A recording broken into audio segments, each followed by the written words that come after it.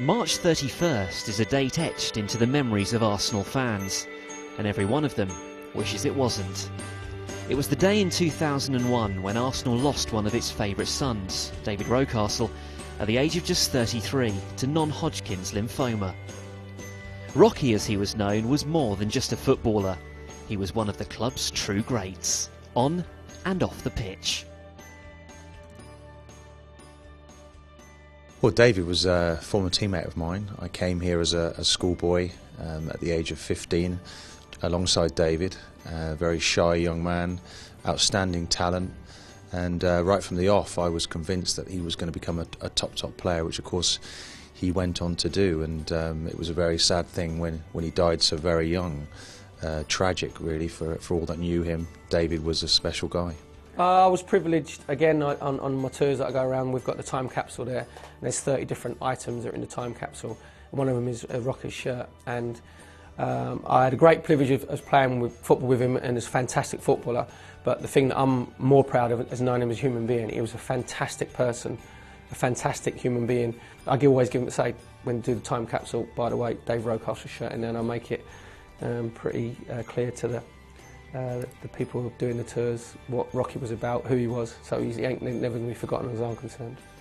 Well, I mean, it's such a tragic loss of life really for one so young, but Rocky was an absolutely amazing player for the football club, and you know that by when the fans chant your name after such a long time, and had lots of ability, particularly out on that right hand side, and I think at times he was a little bit underrated by a lot of people, but got through an enormous amount of work, and playing out on the left or the right, and Rocky was on the right. You had to under George, because he loved the wingers to tuck back in and protect the fullbacks. So yeah, I mean, absolutely lovely guy as well, and you know, got on really well with him.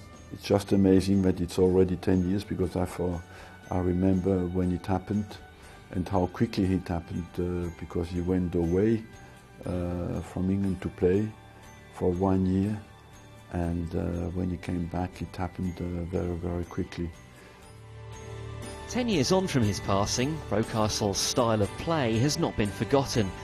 His rare blend of flair and toughness would suit him well in the modern game. He was a modern player, basically, because the evolution of the game has gone to more technique, more skill, and Rocastle would be perfectly a modern player. He is an Arsenal great because the way that he played, the way he influenced the side, for someone who had so much flair and ability, and you see Ronaldo being sort of fawned over for doing all his footovers. David Rocastle was doing that in 1986, 1987, but with Rocky he did his footover with a purpose, where he'd do his footover, beat the player, get his cross in or get his shot in. But he had a tenacity about his game as well, which was unusual for a flair player. Oh, listen, he could look after himself, you know, as we were all brought up to do in those days, and you know, but it was a great talent, and you know, it was one of those things. Actually, a funny story about Dave. I remember that they, in possession of the ball, he kept giving it away, and they couldn't understand why, and they took him out to the pitch one day, onto the middle of the pitch, and he couldn't see the goal at one end, and all they gave him was contact lenses, and from then on in, he was in their first team, I think, at 17. He was a revelation. The crowd loved him because he had that combination of spirit, determination, and you know, brilliant ability on the ball. Couldn't knock him off the ball. He had you know, he had plenty of strength, and as I said, you know, he was terrific for us, and that combination of him on the right, and then Mickey Thomas in the centre of midfield alongside him, it was a fantastic partnership. The day of Rocky's passing is still firmly wedged into the memories of the Arsenal faithful. Fatefully, Arsenal were playing Tottenham at Highbury. Their great rivals honoured the silence in memory to Rocastle, and as if in tribute, Robert Pires put on a display for the ages, wearing Rocky's famous number 7.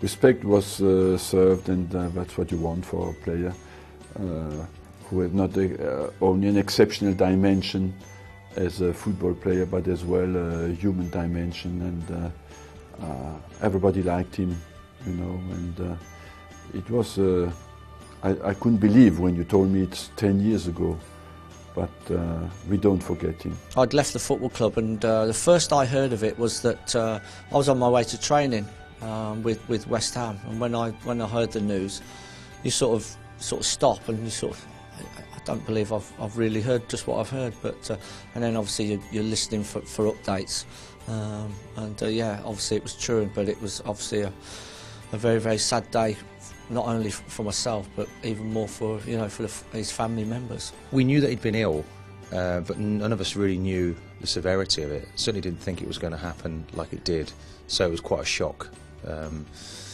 I remember feeling a little bit guilty myself, still being able to play. You know, David had stopped playing 2 or 3 years earlier, and kind of felt guilty. Here I was wanting to carry on playing football, and he couldn't even carry on with his life. And we got to the final, I think, that year, and his son came on the pitch with us, and we were kind of desperate to win it for his son. I think we lost that year against Liverpool, but you know, we made up for it the following year. We went on to win the double, but you know, wanted to do that for his son really that day, and it didn't come off.